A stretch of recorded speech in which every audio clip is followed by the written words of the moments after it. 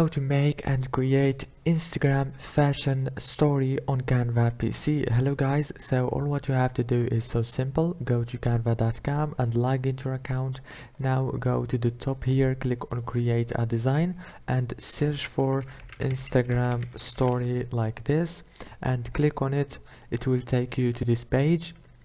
Now on this page, as you can see, scroll down here, scroll down until you find the fashion option right here. As you can see, now click see all right here, choose a template, for example this one, and you can change the pictures and the text and everything from here. As you can see, it looks so professional. As you can see, after you finish, go here in the top corner and click on share, click download.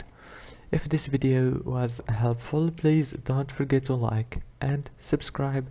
Thank you so much for watching this video until the end.